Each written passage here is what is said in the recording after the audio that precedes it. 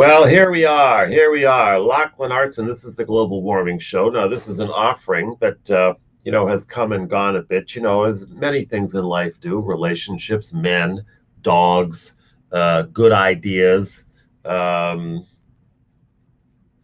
great restaurants,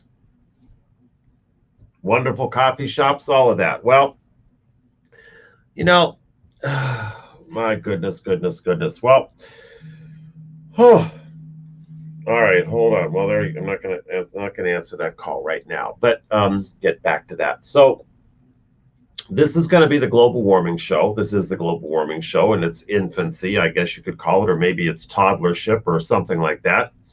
But wouldn't it be great to have a show where you could go and get the information you need to get for an ordinary person that's interested in ending the climate crisis? All right, not doing their best or doing their part or making some gesture, but really ending the thing. And what if we had the show on, regularly? Okay, because it's good to be regular in life, isn't it? In some ways not at all, right? But let's say we have the thing on, I don't know, a couple times a week, something like that, right?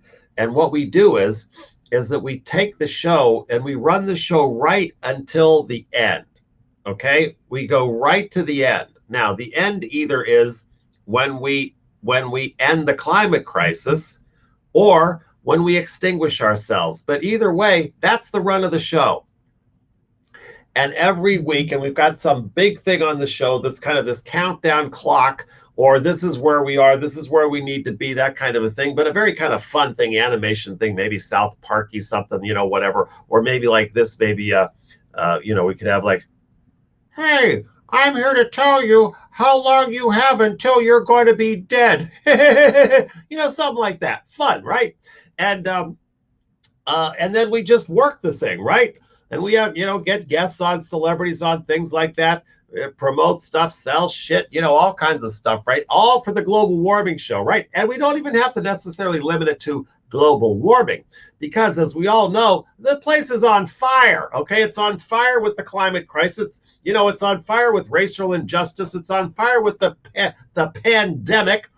My goodness, it's on fire with unemployment. I mean, the world is on fire. Okay, and the climate crisis will be our featured disaster, but doesn't have to be the only one. Okay, so and now what do we do? And so we just keep the show on, and we are your one-stop shop for how the hell we're doing in the matter of extinguishing ourselves, or maybe having a sustainable future, right? Door number one or door number two. And we're not even saying one's better than the other, but we're going to end up with one of them. So that's what we do. Now, included in that, now see, we've got these campaigns that we run. One of them is no meat, no plastic, no lies.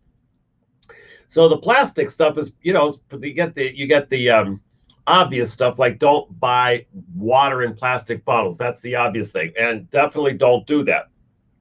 But what about everything else that you might not think about? I was at Whole Foods the other day, and looking for soap. The soap, hand soap. Well, then you realize, well, hell, the hand soap I'm about to buy comes in a plastic bottle.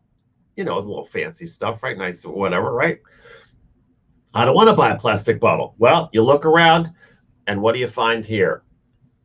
See this? You find your hand-to-hand sustainable suds hand soap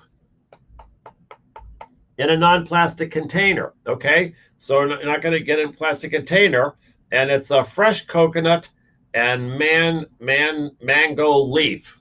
Oh, what the hell? Anyway, I like coconut, so I picked about it, right? And it says buy a bar, give a bar. Okay, and it says for every product purchased, let's see, Hand in Hand donates 1 bar of soap and 1 month of clean water to a child in need. Well, there you go. Help the children. Okay. But you know, there you go. So we get products like this, like what the kind of stuff we want to, because we don't want to leave people out in the cold. Just like you can't, don't eat meat, don't use plastic, don't lie. That's a pretty simple way to live your life, isn't it? But we don't want to just leave you out there. What do I do? Well, here's an example. You can do this to replace your plastic. Now we won't talk about the plastic on the top here. We'll kind of leave that our little secret because you know I don't know what the hell happens to that, but that's a future segment, isn't it? But all kinds of stuff, and we can have celebrities on, and talk about if they're plastic using pigs, or meat eating carnivores, and then maybe shift them a little bit, get a less beef, less plastic, less lion, and or whatever that is, and feature people that are doing amazing kind of climate action stuff, radical stuff.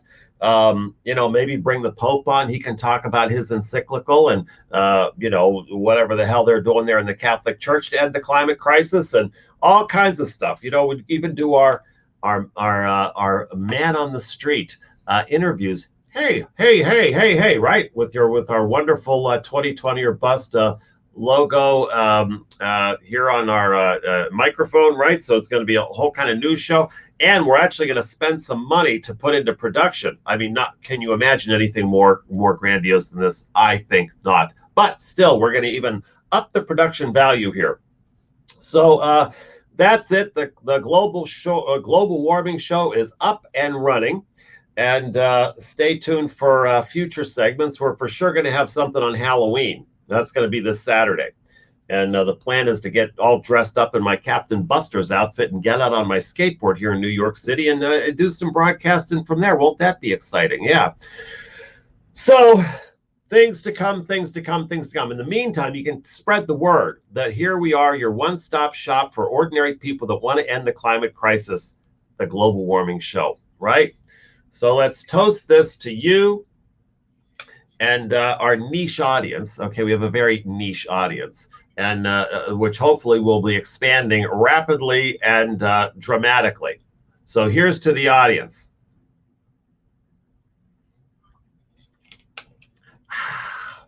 All right.